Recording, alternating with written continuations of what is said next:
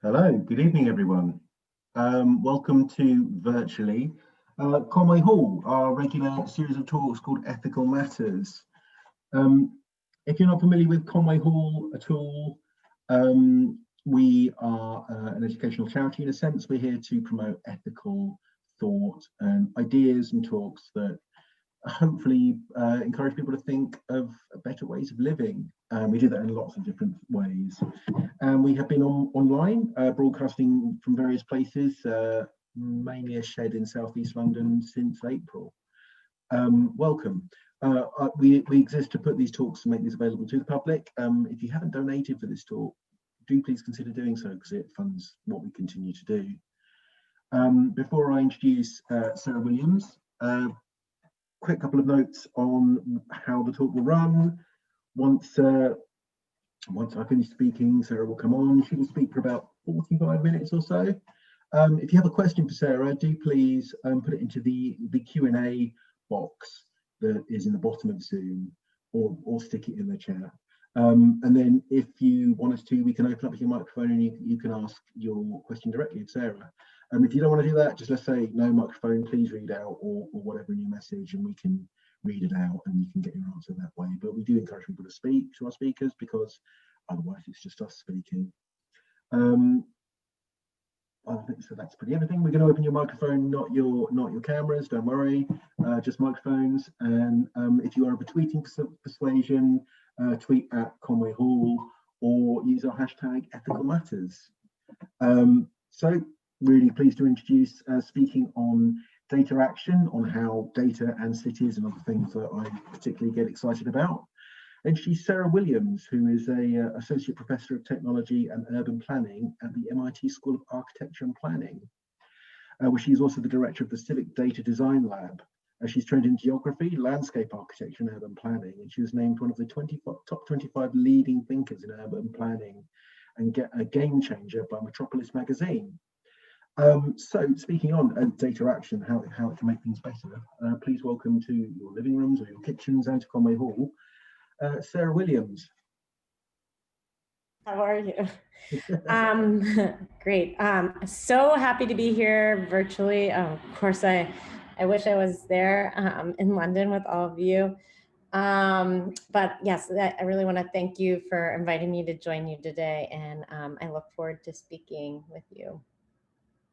I just want to start by saying, the future of our cities must be for everyone. And that is a topic of an exhibition I just released in New York City last week, which charts issues around climate change, the right to housing, the future of the public realm, and public health. And Visualize NYC, which is the exhibition, attempts to set the stage for New York City's next election, perhaps the biggest one New York City will have seen in decades. This is because of a change in term limits law, which has caused 40 leadership positions to have no incumbents running against them.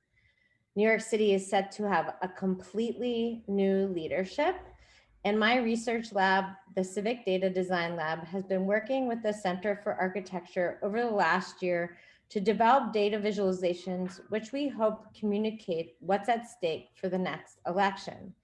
We believe the visualizations not only set the stage for understanding the communities where leadership would change, but we also invite people to interact with the exhibition. And so part of this work is really setting up a series of data visualizations about New York City, about issues around climate, affordable housing, the use of streets in the public realm. Here we're looking about how New York City's streets were used during the pandemic, but also about issues of health. Visualize NYC allows New Yorkers to explore and expose inequities in our city, from the lack of access to public space to affordable housing. And we hope New Yorkers will use these data visualizations to find insights and hopefully use the evidence to tell New York City's new leaders what they want for the future of their city. In fact, we created a crowdsourcing site where you can share your opinions. And here's just some of the responses. So we asked leaders in New York, city planning, public health, etc., what they want to see for the city. And we have now a very unique data set about where users to the exhibition have said what they think is important. So I run the Civic Data Design Lab, and my research lab really focuses on using data to affect policy change. And so I start with that recent exhibition because I think it gives you a good idea of the types of work that we try to do. We really try to bring data to new publics and communicate the insights of data through visualizations so that the public can engage in policy debate. This is because we believe big data will not change the world unless it's collected and synthesized into tools that have a public benefit. So what do I mean by that? Let's start by looking at this data set. Here you see a data set of where people lived before they were incarcerated or put into prison. And it shows where they lived, but also how much it costs to incarcerate them. We then geocoded these addresses and added them up block by block into a map to show where we spend money. Here we're looking at Brooklyn, New York. And these very red blocks show where over $1 million is spent to incarcerate people from these blocks. If we zoom in, we see these $17 million is spent on just these 17 blocks. And on a financial scale, prison is becoming the governing institution. And the idea here is to show that in many areas in the city, we spend more to incarcerate people than we do to alleviate the systematic reasons for incarceration. So lack of proper education, lack of job training programs, lack of basic services and childcare. What if we just spent $1 million on any of those kinds of services? Could we reduce how many people go into prison? These maps were part of a workshop that was in New York City along with 10 other cities.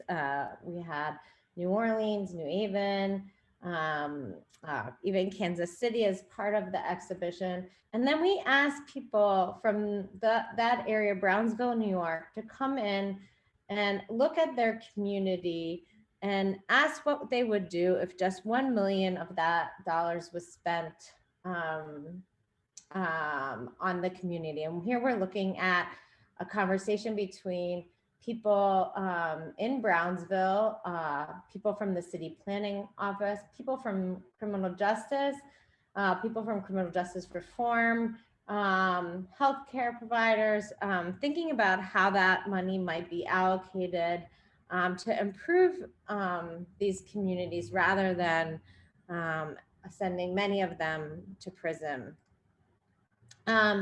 These maps ended up on the walls of the Museum of Modern Art. And I just show this because part of what we try to do in the research lab is really bring issues and policy issues to people outside academia and the policy arena. A congressman saw them on the walls and asked if he could use them in his advocacy work for the Criminal Justice Reinvestment Act of 2010, which eventually allocated $25 million to a reentry program. Those are services to help people reenter society when they return from prison.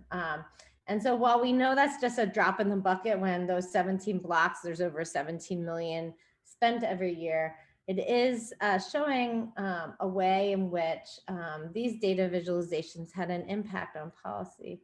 I use this very old example of work that I did with Laura Kurgan and Eric Kador only because just recently I've seen it come up again and again, this image, and as the conversation about defunding the police has been very active in New York City and elsewhere, I've seen these maps used as a way to advocate for using different ways of spending money that might be better than spending it on the criminal justice system. So one of the things that I think is important here is that images have a long life. And here we see that the life of this image to affect policy has really been able to take data to action.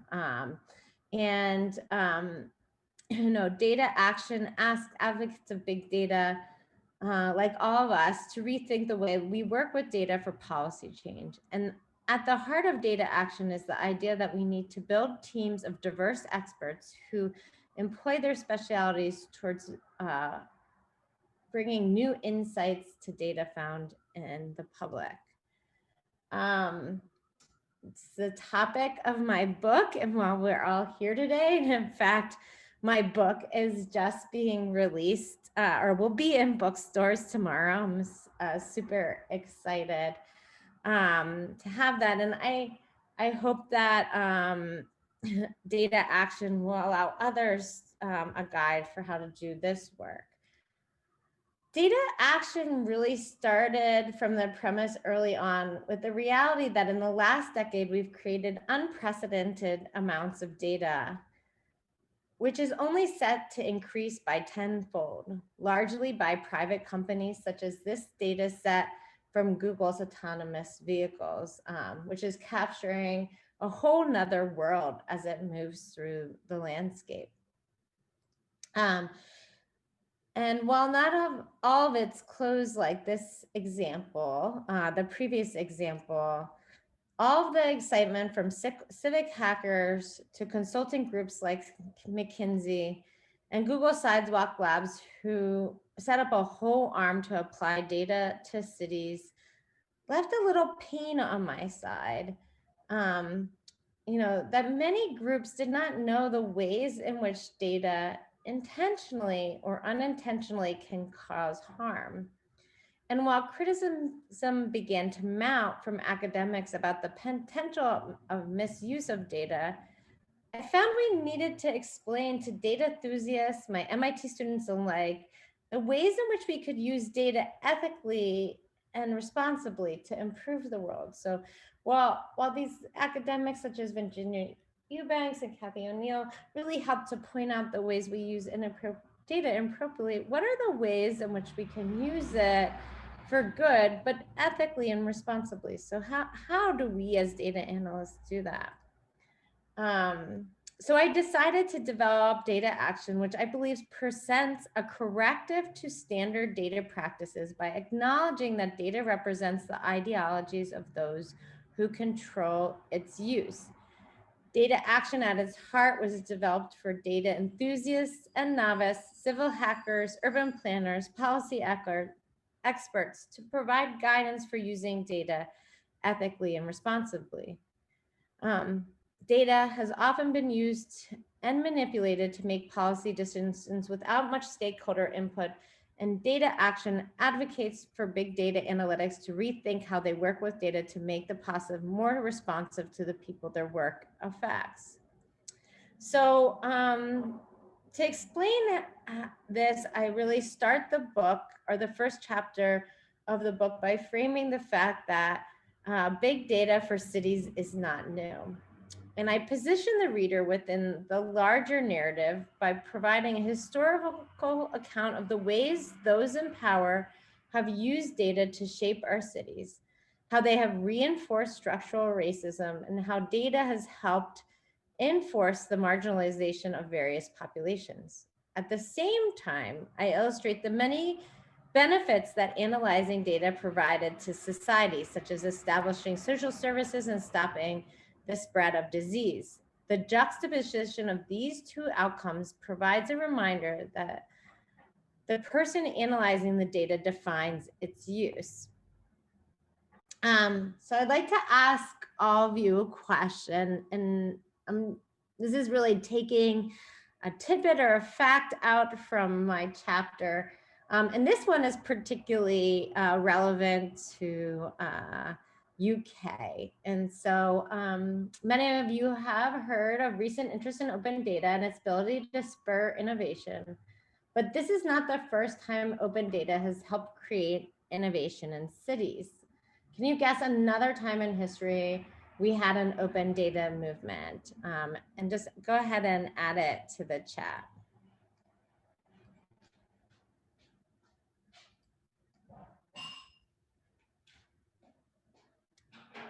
I love having more of a conversation when we're on Zoom, just because we don't all get to be together. Does anybody have, so we have one person during the exploration of the earth.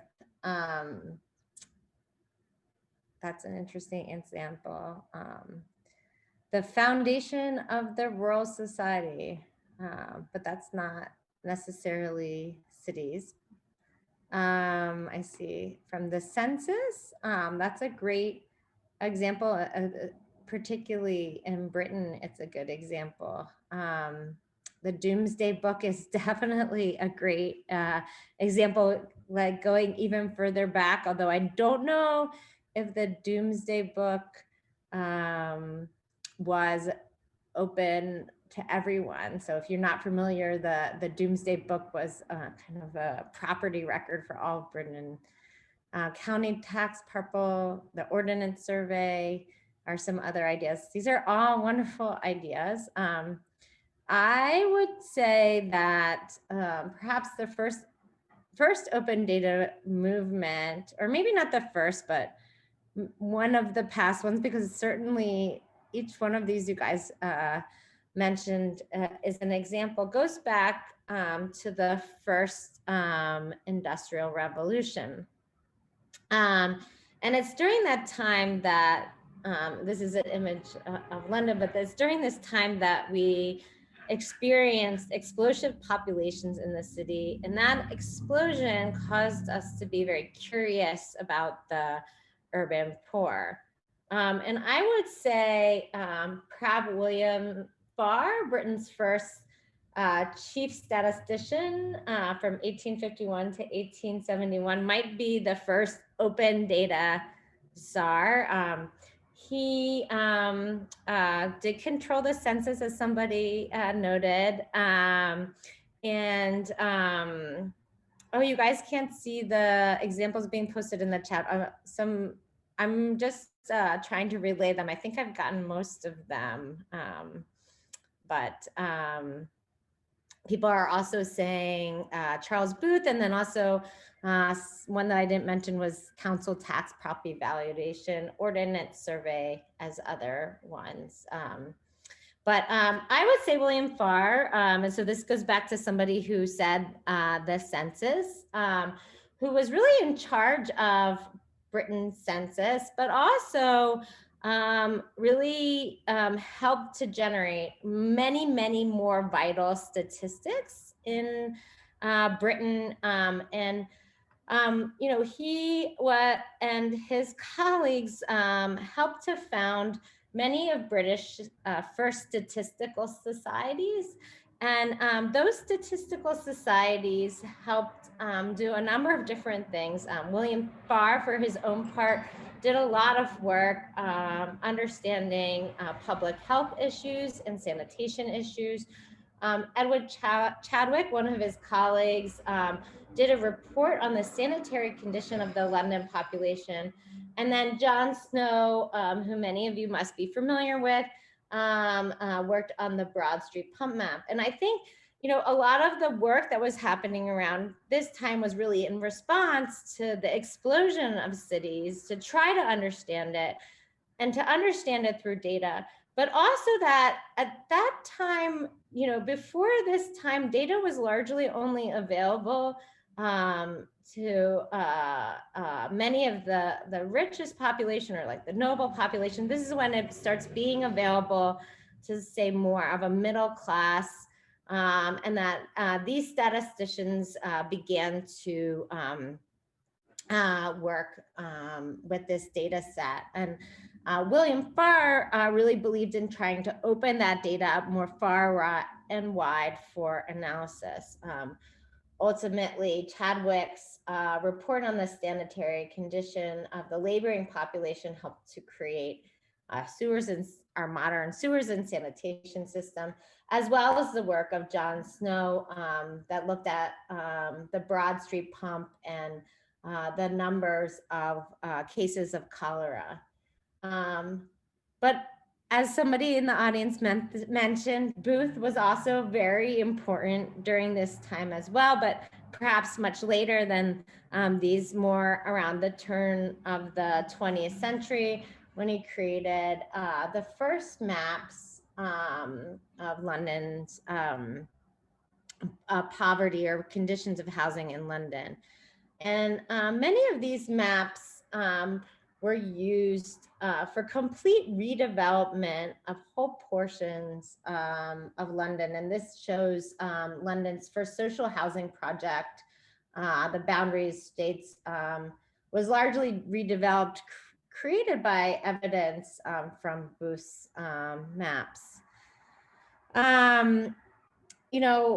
So the use of data is not new in cities. We've always been interested in it. And here's one example from that first chapter, along with many in the US, and sometimes like with varying effects. Fast forward to 1950, we can see IBM being very interested in the use of data. And this is their exhibition at the World's Fair, and a same image that they've promoted just in the last decade in Rio de Janeiro. And so all of this is to really provide a context for the ways in which we've used data, both good and bad. And by having this historical framework, we can give ourselves ways to use it for empowerment in the future. The second chapter, which is really about big data is never raw, it's collective, is about the fact that it's surprising, given all the hype swirling around the massive amounts of data in today's world, that some essential data is still missing. This missing data usually represents the interests and needs of those on the margins of society, but it also often represents topics that governments, companies seek to keep hidden. Chapter 2, Build It, challenges us, communities, and data specialists alike, to create data needed to encourage policy action. And again, I'm pulling out an example from the chapter, and each chapter has one example from my own work, but provides numerous examples from other people's work as well. In this particular case, the project started looking at Beijing in 2004 and thinking, how could we use the Olympics as a way to expose air quality issues in China? And how could we do that in a way that we build sensors, we coordinate with the press who can bring it to everyone, and we decided to create air quality sensors that would measure the effects of certain conditions in China. And we decided to focus on two main indicators of air quality, or what we talk about when we talk about air quality.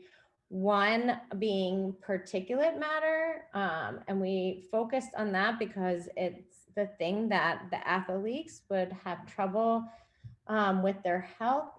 It's the kind of small particles that exist in the air, but also because the Beijing government had set down policies to reduce particulate matter in the air. And we wanted our sensors to be able to test that air quality. So factories were shut down regionally. We also looked at carbon monoxide, which was set to test how well local air quality conditions were affected by policy controls. And one of those policy controls was that 3.3 million cars were removed from the city streets using an even odd traffic day. One of the ways that news organizations were looking at this is trying to understand particulate matter through satellite data. And here's a Wall Street Journal example of kind of more regional spread. But air pollution can be highly localized. So we created these mobile sensors. Here's one of the Associated Press reporting it. And just days before the Olympics, you can tell that the air quality was extremely bad. And the government was saying that this was smog or fog, fog, not smog, and that air quality was fine. The Associated Press reporters traveled around the city, mostly photographers who argued that they were light cameras. And we went to Olympic Park, Tiananmen Square, and Temple of Heaven, as well as the Olympic Village, measuring air quality. Ultimately, the Associated Press was the only organization to release data on the particulate matter and CO conditions. And they created this data visualization for all their subscribers. Which showed here that the particulate matter was well over the World Health Organization standards for developing countries, and just in general, the World Health Standard in fact. Here you can see New York in yellow and London in orange. And so you can see that the air quality in Beijing is well over what you would experience in these other global cities. Because we really wanted to understand the effects on the athletes, as well as the more localized policy impacts from cars, we set out to understand pollution along Beijing's marathon route. Here we took the sensors along the route, and we wanted to have a comparison of what it was also in New York. And we created this data visualization that went into the New York Times that looked at the CO before the policy of removing cars off the roadway was put in place. Here what it was after, and you can see there were some reductions in CO, and how it was very similar to what you would see in New York. Our data was perhaps validated by a qualitative data set here, which shows, you can see the kind of haze as the Olympics continued and ultimately improved greatly towards the end. And while our work didn't have a, let's say, direct effect on changing policy, it did bring data to the world. In the case, the Chinese government was not releasing any information on air quality. And now many people in the world were able to see the effects and the pollution and its extent here in Beijing. One thing we can say is that even odd car mandate was left in place long after the Olympics, but that's no longer the case. Community data collection projects, though, do much more than collect data. They also create communities around a shared interest or topic. So here we're looking at a balloon mapping project that looked at the oil spill in Louisiana in the United States. And I think perhaps one of the things that I find in the book is that these kinds of collection projects bring together communities to act for their rights. So while the data is helpful and useful in advocating for it, it's more the power of them coming together that has allowed them to create change. There's been similar kind of balloon mapping projects elsewhere. Um, and this is true for another project that looked at the effects of the tsunami earthquake in Japan, where Geiger sensors were made by an organization called SafeCast and distributed. And the act of making these sensors and building them together created a community of action, asking the government to create change. So I think one of the things that I hope is a takeaway from this part of the book is really how we can come together as communities to collect data to create collective action. We also discuss a bit about how data collection projects are important for creating data literacy, and look at a project called City Digits, where students get involved with a curriculum of looking at the effects of lottery in their community. So here, they took an open data set of the lottery winning and sales data in New York City. Those red dots shows how much we win and how much we lose. And then they were added up neighborhood by neighborhood to see how much uh, communities win and lose, and that many communities spend a higher proportion of their income on lottery tickets. And part of the curriculum is to really understand the data set, to understand the math behind the data set, but then bring that math into the community by asking members of the public whether they think the lottery is good or bad. And this curriculum really is about teaching data literacy, which we think is important for the next generation. If we're to critique and understand our data-driven society, we must create youth who understand how to read this data.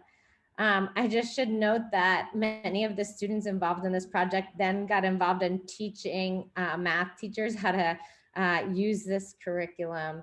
And here are some of our students who called themselves math activism, teaching math teachers across Brooklyn.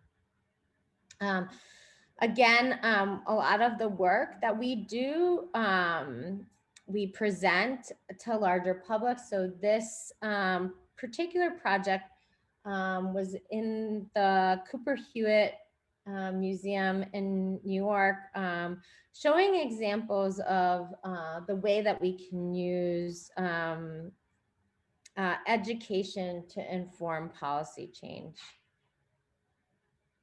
Chapter 3, while Build It describes how to collect missing data and use it to fill gaps in knowledge, Hack It, or Chapter 3, shows that oftentimes data already exists, although we might not see it that way because it's stored and maintained by private companies.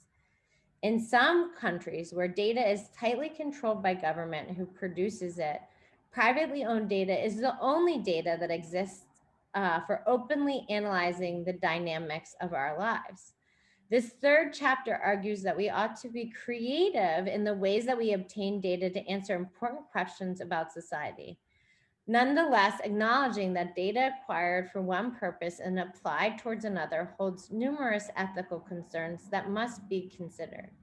Data action provides guidance for those who seek to use openly available data.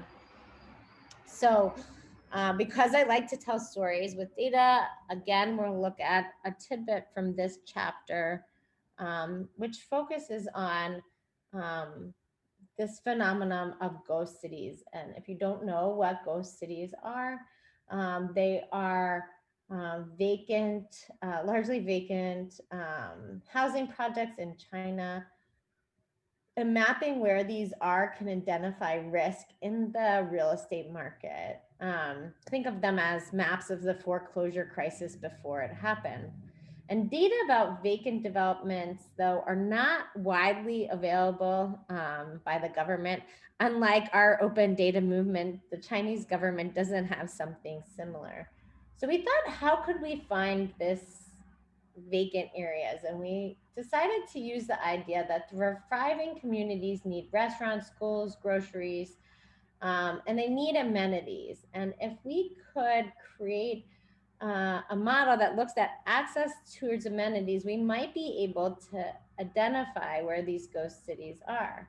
Therefore, we scraped amenity data from Dianping, which is the Chinese version of Yelp, looking at everything from beauty salons, banks to schools. And then we also scraped residential locations from AMAP and Baidu, um, which are kind of the Chinese version of Google Maps.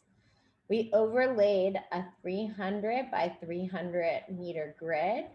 And then we measured how far amenities were from each part of that center of the grid, taking into account whether people actually use these amenities or not. So if they had no reviews, we were thinking that those amenities might not actually be used. We used an amenity score that's based on Hanson's gravitational model for urban accessibility that takes into account that we would drive a lot further for amenities that are further away. So suburban people might drive further to get their haircut or go to school. Then we took into account those amenity scores that were below the mean. And then we performed spatial autocorrelation on the cells that remain. We called these ghost cities because they were spatially concentrated. And one of the things that I mentioned earlier that's important for data action is actually ground truthing the observations that we make with our analytics. And so in this case, we went to Chengdu, Tianjin, and Xi'an to ground truth our data. In Xi'an, we found places like this. These are developments that were created maybe 5 to 10 years ago, and the Chinese government would argue that eventually they may be sold, and that they're just being readied for development. And it should be noted here that the Chinese government encourages Chinese citizens to buy 4 or 5 homes. And this is because they don't have, let's say, a stock market or other ways to invest their money. So investment is encouraged. And so this is one of the many reasons that we see these properties lie vacant for some time. We also found stalled development around largely vacant developments. In this case, many of the people who lived in the buildings around this stalled residential site were the villagers who lived there before the site was redeveloped. And it should be noted that the Chinese government does give villagers apartments when they redevelop the land. And so here what we're seeing again is an example of a property that the Chinese government hopes people move to, but are largely unoccupied. Here we also found former housing, communist housing blocks that are probably being readied for redevelopment. And then ultimately we found whole city right here outside of Xi'an that would ultimately never got started and not really never kind of, this was the science center, or meant to be the science center. And then we added this to a data visualization. And I think, again, as one of the things I said, is that it's really important to communicate data to the policy analysts that make the decision, and to really help to make kind of our algorithms open to and accessible to everyone. So here we can see, why each cell was considered to be a ghost city or not, what factors in terms of distance to amenity were considered, or making it have a higher amenity score. And then we use these data visualizations to show people in the local area and ask for their response. So this is another important part of ground truthing, or what we believe is important to ground truthing, is asking the people in which the data represents whether our analysis hold true. And we can see here that a senior planner says that vacant developments are controversial to local politics. And that's largely because many of the local politicians know that these developments are slated in areas that probably are not thriving because the amenities don't exist, but they have little control over where the land is opened up. In fact, Xi'an's Planning Bureau says that decisions were based mostly on theory without data to back it up, saying that like the opening up of land wasn't based on information, but rather where it was available. And I think part of the fact that we created this data visualization allowed many of the people we worked with to trust us more, because they could see our data set and they were much more candid in their answers than I've ever seen in previous work.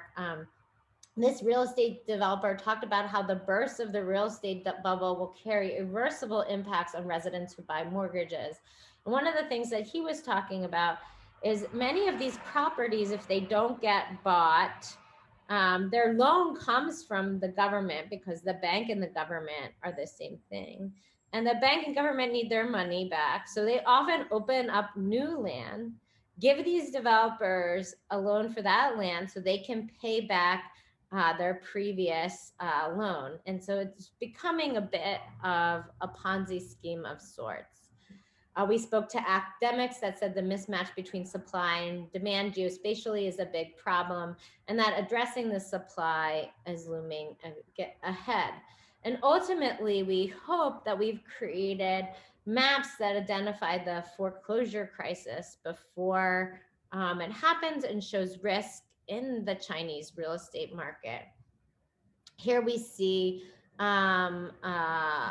again, this is how we present our work to the public. And we had the data visualizations here where people could play with them, and then drone imagery of our ground truthing of those same sites would be played above. Chapter 4, share it. Communicating data insights is really important to the work. So while Hackett asked us to innovatively find, acquire, and analyze data for policy change, Chapter 4 stresses the importance of sharing the data both in its raw form and also through visualization. Sharing data helps the public have access to information, acquire knowledge, and ultimately make better civic decisions. Sharing data through visualizations can communicate the insights of data without asking everyone to be a data scientist. And sharing data through visuals is immensely effective because images allow us to quickly understand a topic, and at the same time, it is persuasive. And so we saw these maps earlier as an example, and the work that we did on the $1 million blocks. But another example from chapter 4 takes us to Nairobi, Kenya. And Nairobi suffers from severe congestion problems. I've been working to solve some of those issues since almost 2006, and in fact created the first openly available GIS data set using machine learning on satellite imagery to get the roadways and also a sense of density by counting houses. But while I was making my transportation models, one thing I didn't have was information on matatus. These are the main form of transit in the city, these small buses that you can see here that are elaborately designed. And 3.5 million people depend on these matatus for mobility. and they represent something around 80% of the vehicles on the roadway. So you can imagine how important this would be to any transportation model.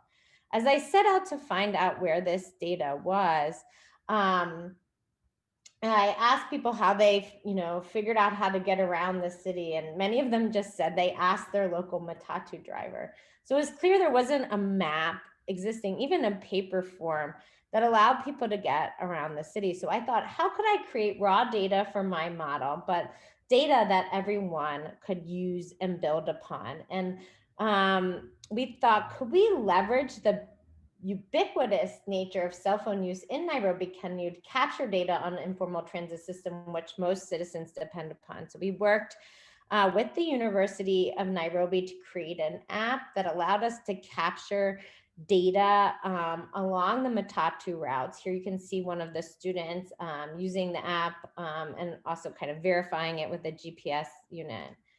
And we collected our data using something called GTFS. And GTFS is a data standard that Google uses to route us on Google Maps. So if you've ever routed yourself on public transit, you use GTFS in the background. And I just stop and note this because I think data standards are really important when we're collecting data ourselves, because it instantly makes the data much more usable.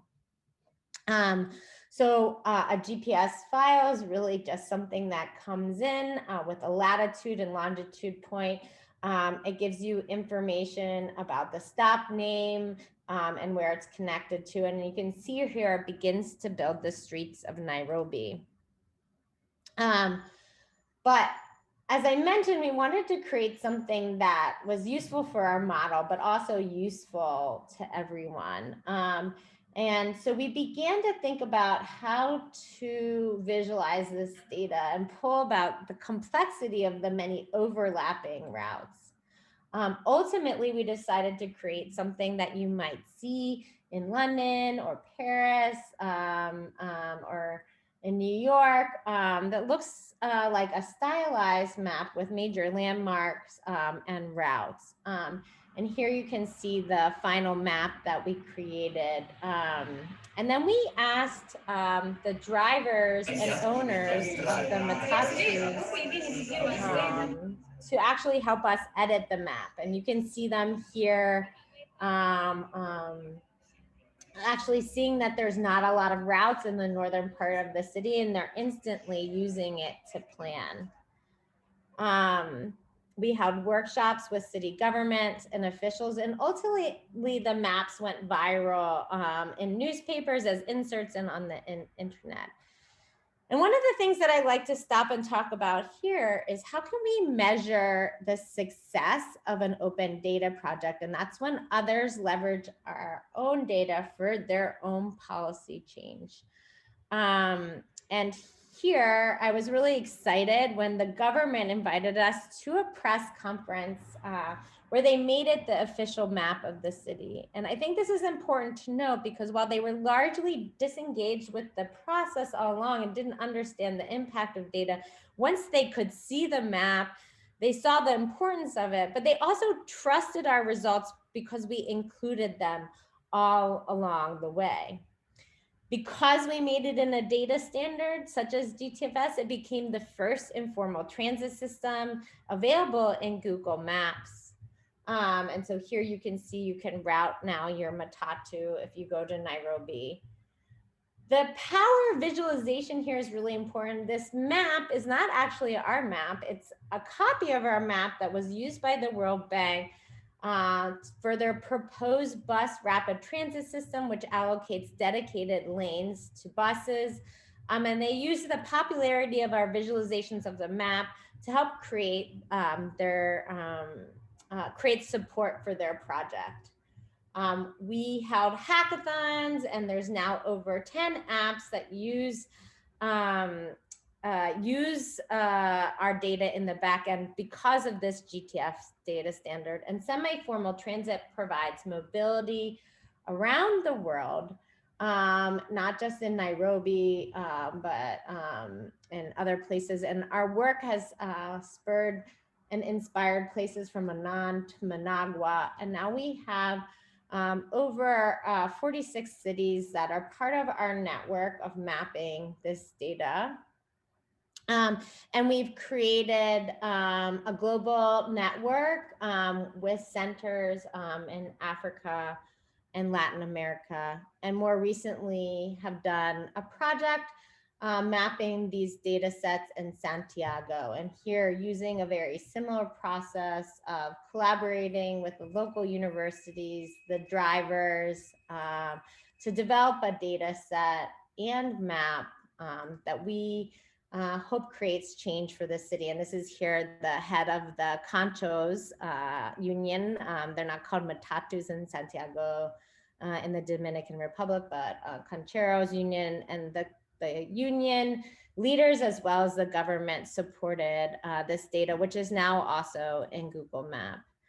So I hope in the end of the book, I tie it all together by talking about how all this data is a public good, and that one of the things that we need to think about in the years to come is the fact that much of the data in the world that now exists is held by private companies and private institutions, from Facebook to Google. 80% of the data in the world is now privately owned, and we need to think about that as how we can use that for public good. And you know, as somebody brought up Doomsday Book as an example, you know, way back then when that book was created, that data was largely owned by government and those that own land property. We've now have more data owned by tech firms, and in a way, they're starting to have more control over both how it can be used, but how it can be used to help society. And so I think these are one of the most important questions that we have to come. I know that I've gone over time, so I'm going to leave us there with thinking about the ways in which we can use data for a public good, to think about the many issues in terms of regulation and policies that we need to act upon. But ultimately, to remember, when we use data for action, we have to interrogate the reasons that we're doing it to make sure we do no harm, and that our intent in using the data doesn't marginalize or further oppress. Thank you very much, and thank you for allowing me to send just a few stories that are included in data for action. There's many more, and I wish I could share them all with you today. Thanks so much. Thank you, Sarah. That was fascinating and really exciting. We suddenly got questions coming in, so I'm going to start opening microphones for people. I'm going to start at the very top. GT. Great. So data is not value free. That's a great question. I would say, you know, both the data that we collect hold our values of the person who collected it, but any analytics that we do also hold the values of the people who analyze it. And I think this has become really important, and a great example of this is the recent firing of Timid from the Google AI and ethics, and this idea that we really need to interrogate our algorithms because behind them hold our beliefs. And if we don't ask questions about those algorithms, we might be kind of creating misleading or you know, potentially results that further marginalize populations. So it's absolutely not value free. Can I ask a kind of related question in a way? Data obviously depends on something that's measurable. So does that in itself limit the kind of things you want to do? So if you want to measure kindness or something, you'd have to do some kind of proxy of kindness, like giving to charity. So to what extent is data value laden in the sense that only certain kind of things are amenable to data? You mean like that only certain kinds of things can be? Yeah, if you're measuring traffic flow, you could use that's data. But if you're trying to measure the level of kindness, you'd have to either use some kind of proxy, like giving to charity, or you just have to say, well, I'm sorry, it can't really be formed in the form of data. I mean, I imagine there's lots of different ways that you could think about measuring kindness. You could ask a survey, or you could see how different people react to different situations. I mean, I certainly think that not everything in the world can be measured through, let's say, like a number or a stat, but I think there's also qualitative data that helps bring an issue or a situation to light. Okay. I've tried to open Christopher Oge's microphone. Maybe it's not working. He asks quite a long question. I think essentially the question is we cannot trust data when it's being curated and sold by the financial, structurally racist elite. I know you addressed this at the end, but I was wondering if you could situate your thinking within, or just say more about the current debates about the financialization of data. Right. So I think that one of the biggest issues that we will face in the next decade is the fact that most of the data that's collected in the world are done for the purposes of business, as you mentioned, or for financial gain, or for commercialism. And much of the knowledge and analytics are driven by that kind of framework or framing. And I think, some people call this a new kind of data colonialism, and that we're being colonized by these data collectors. And in fact, if you go to the image that I showed at the beginning, which we looked at autonomous vehicles, I believe that the amount of data that are collected by autonomous vehicles will really amount to really a new physical infrastructure along the lines of the internet. But the issue is that that data is not owned or regulated in large part by the government at all.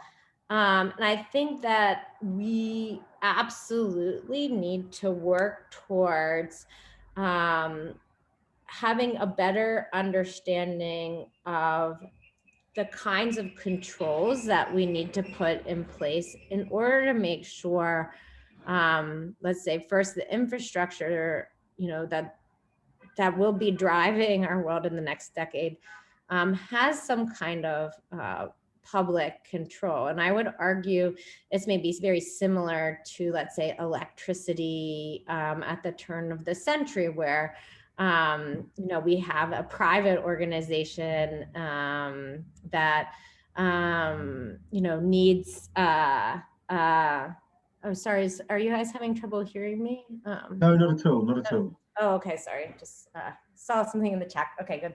But I think that we need to start thinking about how cities, but also our government, works with these private organizations to make sure that that data is available for the public good. And right now, I think we're at this very weird situation where the government is not creating those regulations or standards because there's no interest or reason for them to do that, because in a way they benefit from it being more loosely open because they can get access to that data for their own kinds of surveillance and needs. At the same time, we as the public ask these businesses to self-regulate, but they have no interest to do so, because why should they? Their business runs on this data. So I feel like really we're sitting at kind of this, big gap between like the business and the government. I think, this is where we need lobbyists or academics to kind of sit and really take action to help make sure some of these negotiations are put in place. And I think Europe has done a much better job than America in like thinking about GDPR, but I think we need to do much more than just thinking about the privacy issues, but also these larger questions of who owns the infrastructure, how can it be used by the public. I hope that answers your very important and big question about how much of the algorithms in the world are set up by people that are not looking at the good of the public. I think he did. Thank So you. Christopher's issue was that he's in a very noisy place, so he couldn't ask his question live. So that's what was going on there. Okay. So anonymous attendee, who attends quite a lot actually, has asked, again, carrying on from the same question, how willing are private companies like Google or Facebook to share data? Yeah, I mean, one of the things that I talk about in chapter 5 is, in fact, we did a project with Facebook, and they do have a Facebook for Good organization. And I think that they're willing to share, but not as much as it can cause problems for their company. And so ultimately what happens is, like, for instance, a lot of the projects that I've worked on, they have shared the data, but then they don't actually allow me to share the insights that I've gained. And those insights have like a huge public good, but they're worried about the legal ramifications of like sharing the insights. And so I think there's, let's say, a misalignment between, let's say, like having a data for good team and then what that data for good team can actually do if the company won't let them share their insights. And so this gets back to my point, is that I think that, that has a large part to do with them being, scared for any like legal action that might come from the release of those data. And here again is where I'm saying I think we need to do work to help let's say, make it easier for Facebook and others to share their data for that public good, because right now there's no real incentive for them to do that. But let's say, this is like maybe a broad example, but let's say like a government were to,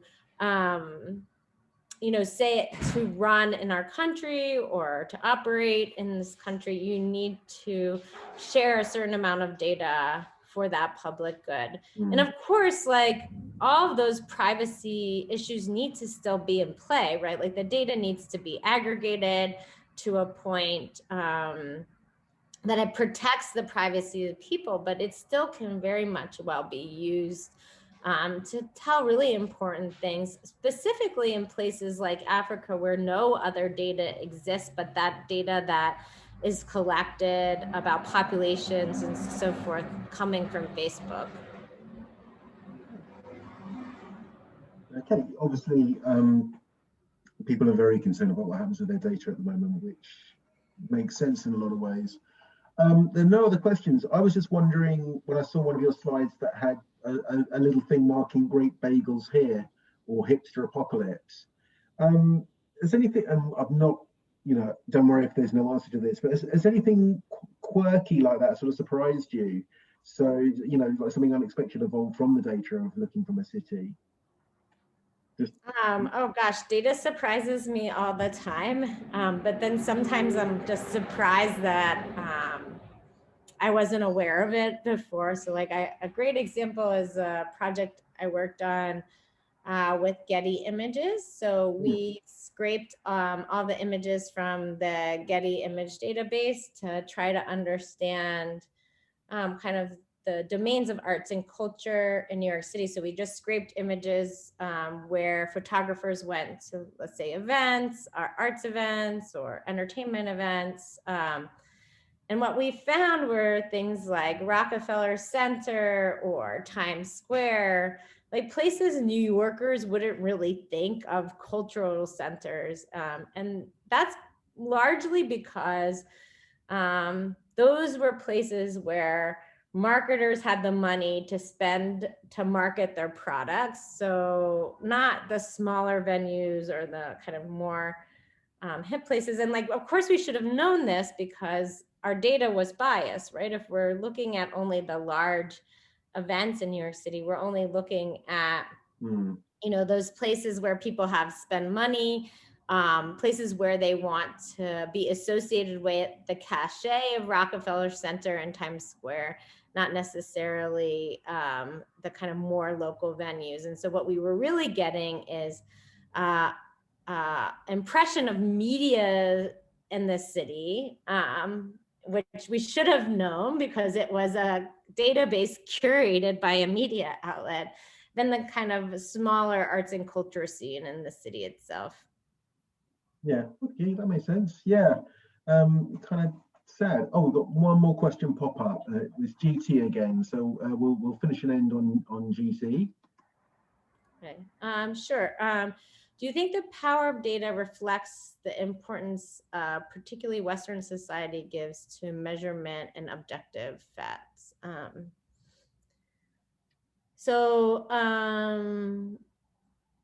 I guess like what you're asking here is like, why is data so powerful at influencing policy?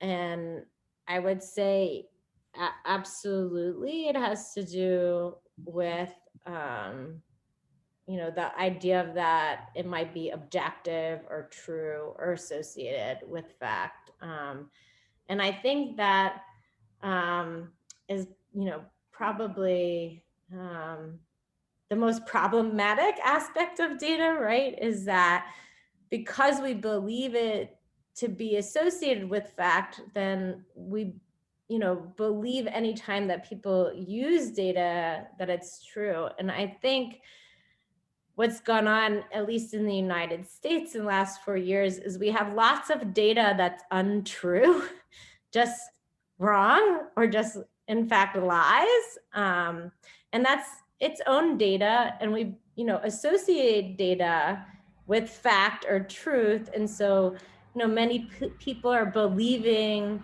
these lies to be true because they're purveyed to them by people they trust, such as the president or so forth. So I think it's like, I'm glad you bring that point up, is because, you know, data doesn't necessarily mean it's truth, right? And that gets back to your early question, is data value free, right? And so if we have data that's incorrect and then we use that incorrect data to make evidence, we can be really misleading. And I think the Trump administration has done a great job of really employing, let's say, incorrect data to really help sway the public. Thank you very much. Thank you. Thank you. Thank you, everyone. Great input, everyone. Thank you. Sarah, thank you very much for your talk. It was fascinating, and yeah, I really enjoyed it because I enjoy data in all its aspects, and also cities, living in one myself. Thank you. Yeah, thanks so much for having me, and just like some wonderful, great questions. Really enjoy these really good questions, and you know, seeing what you have written, I wish I had talked more about chapter 5 because there's a lot that we need to work on. Well, maybe we can get you back for another time. I'm not sure. Yeah. Ethical Matters is now finishing for this year. We're back on the 18th of January, where we have Brian Christian, possibly continuing the theme, talking about, can algorithms learn ethics? So more bad data, perhaps. But Sarah, thank you. Great talk. Take care. Hope everyone keeps well until we see you again. Thinking on Sundays, back this Sunday at 3 o'clock. Thanks everyone for attending, and take care. And if we don't speak before, have a good new year and a good holiday season. Thank you. Thank you. Thanks again, Sarah. Bye.